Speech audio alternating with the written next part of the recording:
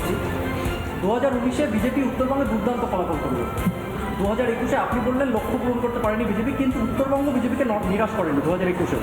আপনি নিজে উত্তরবঙ্গের ছেলে, সামনেই একটা বড় লড়াই, লোকসভা ভোট, লড়াই মানেই চ্যালেঞ্জ। তো উত্তরবঙ্গের ছেলে হিসাবে আমি একদম সোজাসুজি বলছি, উত্তরবঙ্গের জন্য বিজেপির কী ব্লু প্রিন্ট আছে, অথবা বিজেপির কী ভাবনা আছে 2024-কে সামনে রেখে? রাজনৈতিক ব্লু প্রিন্ট নাকি ডেভেলপমেন্টাল ব্লু প্রিন্ট? দেখুন ডেভেলপমেন্টের দিকে আমি আগে হিসেব, আমরা অন্যান্য রাজনৈতিক দলের থেকে আলাদা। আমরা প্রথমে হিসেব দিতে পছন্দ করি। আপনি যেহেতু উত্তরবঙ্গের ছেলে, আমি উত্তরবঙ্গের বিভিন্ন জায়গায় গেছি, রাজনীতিতে আসার আগেও গেছি, রাজনীতিতে আসার পর তো বহুবার গেছি।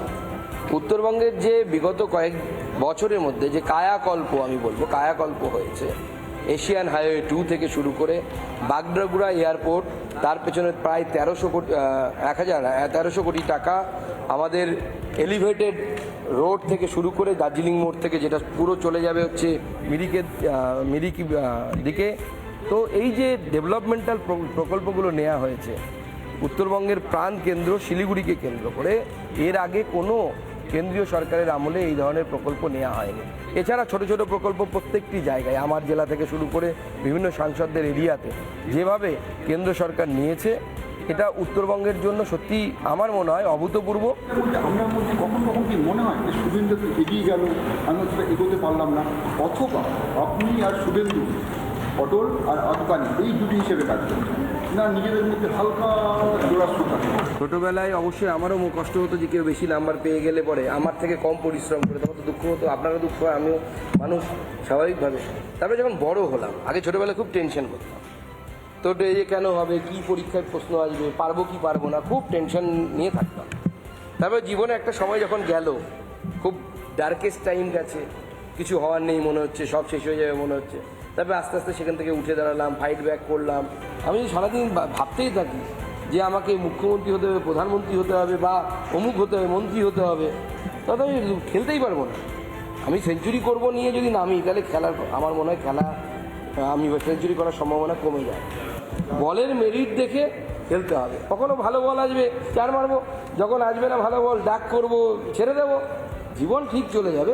একটা ছক্কা স্টেডিয়ামের বাইরে, তাই তো? আমি এই আইডিওলজিতে বিশ্বাস করি, বা আমি এটা মন থেকে মানি। আপনারা যত জোরে চেঁচিয়ে চোর ধরো জেল ভরো বলেন, তৃণমূল তত জোরে চেঁচিয়ে শুভেন্দু অধিকারীর দিকে আঙুল তোলে। সভাপতি হিসেবে আপনার কেমন লাগে? দেখুন, আমি প্রথমেই বলি, বিরোধী দলনেতা উনি আমাদের দলে আছেন, উনি পার্টিকে বিধানসভার ভেতরে লিড করছেন, বাইরে প্রচুর লড়াই করছেন, এবং উনি আমাদের দলে এসে পুরো দলের সাথে একদম মিশে গেছে।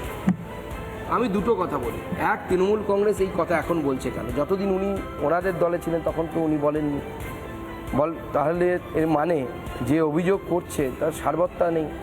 দ্বিতীয় কথাটা বলি যে আমি ক্ষণিকের জন্য যদি